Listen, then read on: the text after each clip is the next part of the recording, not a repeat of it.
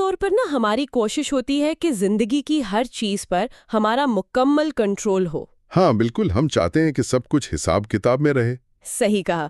مطلب ہم اپنا شیڈیول بناتے ہیں، اپنے بینک اکاؤنٹس چیک کرتے ہیں اور آنے والے کل کی منصوبہ بندی کرتے ہیں۔ کیونکہ فطرتاً انسانی دماغ کو چیزوں کو گننا اور ان پر اپنی گرفت محسوس کرنا بہت پسند ہے۔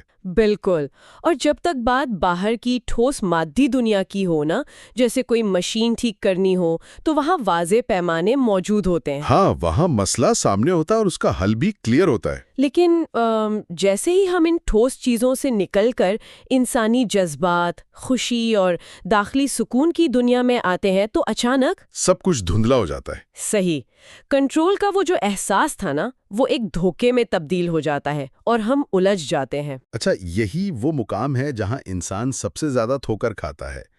جب ہم داخلی الجھنوں کی بات کرتے ہیں نا، تو ہماری غلطی یہ ہوتی ہے کہ ہم اندر کی دنیا کو بھی باہر کے مادی پیمانوں سے ناپنے لگتے ہیں۔ یعنی ہم سوچتے ہیں کہ جتنی چیزیں جمع ہوں گی اتنا ہی سکون بڑھے گا۔ بالکل، جو کہ روحانی سطح پر ایک بہت ہی کھوکھلی بنیاد ہے، اور یہی بے سکونی کی اصلی وجہ ہے۔ اور اسی بے سکونی کی جڑ تک پہنچنا ہی آج کے اس گہرے تجزیے کا بنیادی مقصد ہے۔ صحیح۔ آج ہماری گفتگو اس اہم مسئلے پر ہے کہ ہمارے جذبات اور اس دنیا کی ٹھوس چیزوں کے درمیان اصل میں کیسا تعلق ہونا چاہیے۔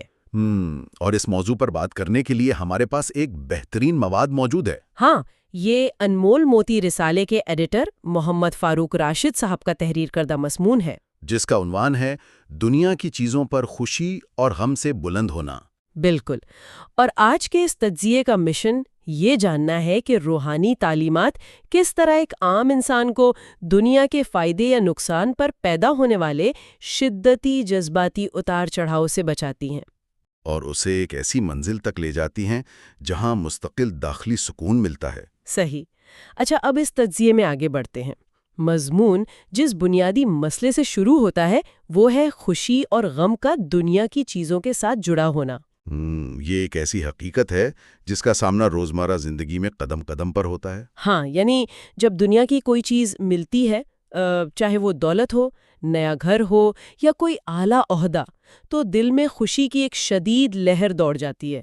اور جب وہی چیز چھن جاتی ہے تو دل اتنی ہی شدت سے غم سے بھر جاتا ہے۔ مطلب پیسہ آیا تو خوشی کے نغارے بج رہے ہیں، اور پیسہ گیا تو مکمل ماتم۔ اچھا، اس شدید جذباتی رد عمل کی بنیادی وجہ یہ ہے کہ انسان اس دنیا کی اصل نوعیت کو بھول جاتا ہے۔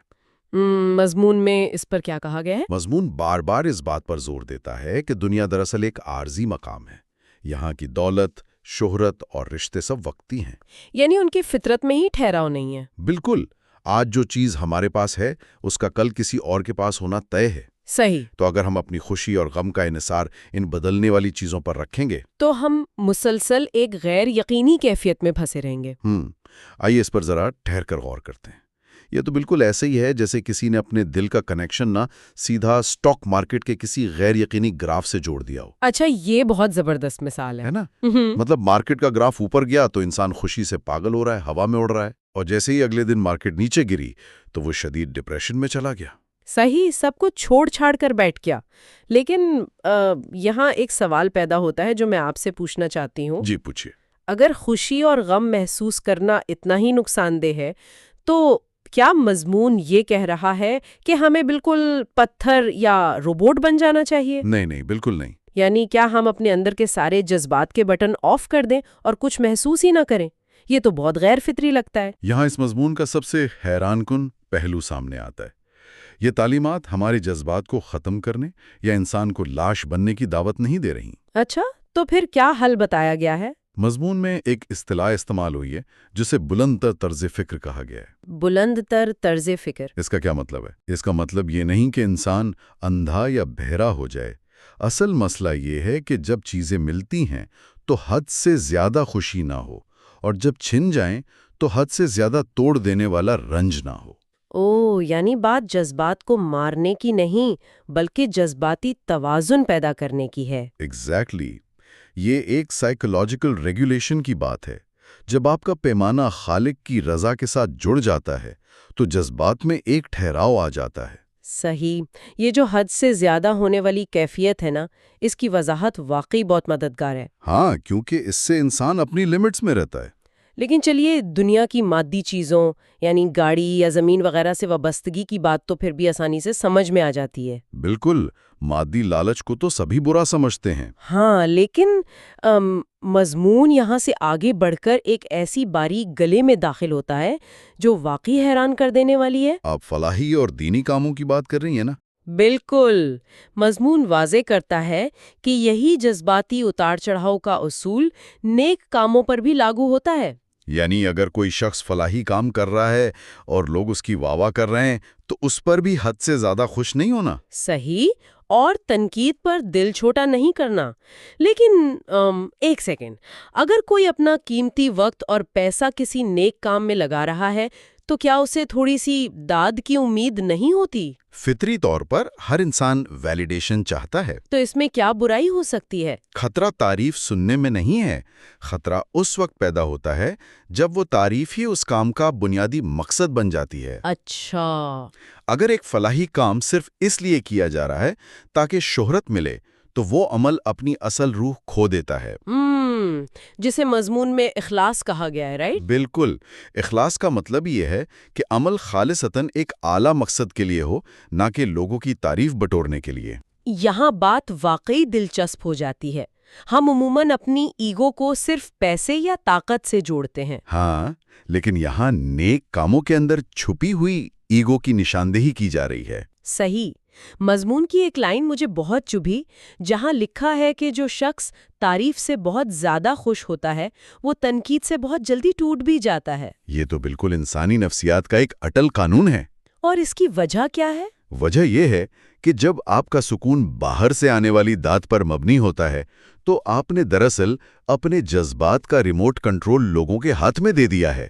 او واو، ریموٹ کنٹرول، یہ تو بہت ڈیپ بات ہے. ہاں، یعنی آج لوگ تالیاں بجا رہے ہیں تو وہ ہوا میں ہیں، کل وہی لوگ طنز کریں تو وہ زمین پر آ کے گرتا ہے. تو اخلاص اس ریموٹ کنٹرول کو واپس لینے کا نام ہے؟ بالکل. جب مقصد صرف خالق کی رضا بن جاتا ہے تو دل نہ تعریف سے پھولتا ہے اور نہ تنقید سے ٹوٹتا ہے. صحیح. کیونکہ اسے فرق ہی نہیں پڑتا کہ کراؤڈ کیا کہہ رہا ہے، اس کی ڈیل تو کسی اور کے ساتھ ہے. ایگزیکٹلی. تو اس سب کا آخر مطلب کیا ہے؟ یعنی تعریف کا لالچ ایک دھوکہ ہے. لیکن یہاں ایک عملی الجھن بھی تو پیدا ہوتی ہے نا؟ کیسی الجھن؟ اس طرز فکر کو روزمرہ زندگی میں عملاً لانا آسان تو نہیں لگتا. صرف زبان سے کہہ دینا کہ مجھے لوگوں کی پرواہ نہیں، کافی تو نہیں ہوتا. صحیح بات ہے، یہ عملاً کافی مشکل ہے. مجھے نا اس پر ایک عام فہم سی مثال یاد آ رہی ہے. یہ کچھ ایسا ہے جیسے ہم کسی کرائے کے گھر میں رہ رہے ہوں. اچھا، ٹھیک ہے. ہم وہاں کا فرنیچر استعمال کرتے ہیں، آرام بھی کرتے ہیں. لیکن اگر مالک مکان آ کر کہے کہ یہ کرسی مجھے واپس چاہیے تو ہم وہاں بیٹھ کر دھاڑے مار مار کے روتے تو نہیں ہے نا؟ ہاں، بالکل نہیں روتے، کیونکہ ہمیں پتا ہوتا ہے کہ وہ کرسی ہماری تھی ہی نہیں. صحیح، ہمارا اس کرسی کے ساتھ کوئی جذباتی تعلق نہیں بنتا. لیکن اصلی زندگی میں جہاں ہر وقت لوگ تنقید کر رہے ہوں وہاں انسان اپنی نیت کا احتساب کیسے کرے؟ اس سوال کا جواب مضمون میں امتحان اور روحانی تربیت کے تصور سے دیا گیا ہے. امتحان؟ یعنی ہر وقت ٹیسٹ ہو رہا ہے؟ ہاں، جب حالات سخت ہوں اور تنقید ہو رہی ہو تو انسان خود کو یاد دلائے کہ یہ لمحہ خود ایک ٹیسٹ ہے. اچھا، یعنی صرف مشکل وقت ہی آزمائش نہیں ہے؟ بالکل نہیں.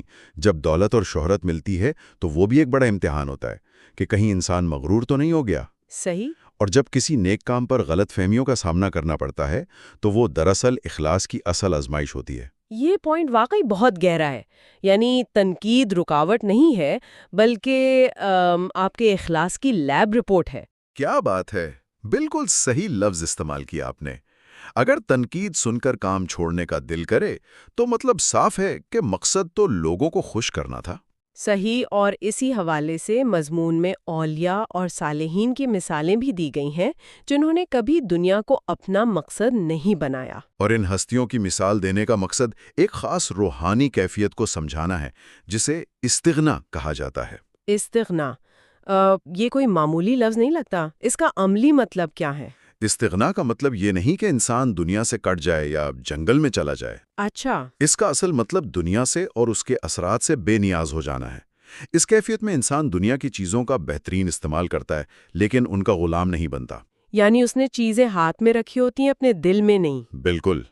اگر کل کسی وجہ سے وہ عہدہ چھن جائے تو اس کی شخصیت اور سکون پر ذرا برابر فرق نہیں پڑتا۔ کام اور شہرت سے بے نیاز ہو جائے تو کیا آگے بڑھنے کی لگن یا ایمبیشن ختم نہیں ہو جائے گا؟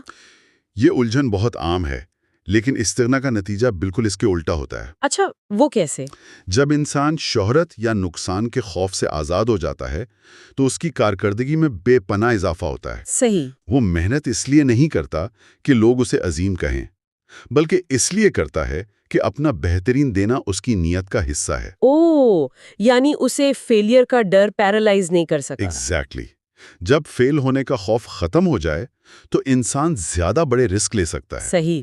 کیونکہ اس کا مقصد نتیجے کو پکڑنا نہیں بلکہ اپنی نیت کو خالص رکھنا ہے، اور یہی وہ رویہ ہے جو شکر اور صبر کے توازن سے پیدا ہوتا ہے۔ نعمت ملنے پر غرور کی بجائے شکر، اور چھن جانے پر مایوسی کی بجائے صبر۔ بالکل۔ یہ دو ایسی طاقتیں ہیں جو جذبات کو ناقابل شکست بنا دیتی ہیں۔ یعنی جس نے نعمت ملنے پر مغرور ہونا چھوڑ دیا اور کھونے پر رونا چھوڑ دیا، اس سے دنیا دراصل کیا چھین سکتی ہے؟ کچھ بھی نہیں، وہ تو پہلے ہی اپنے دل کو آزاد کر چکا ہے۔ صحیح بات ہے۔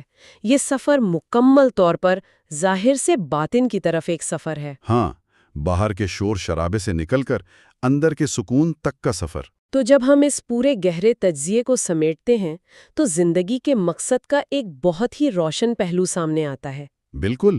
حقیقی کامیابی دنیا کی آسائشوں میں نہیں بلکہ اس میں ہے کہ دل دنیا کے اتار چڑھاؤ سے آزاد ہو جائے۔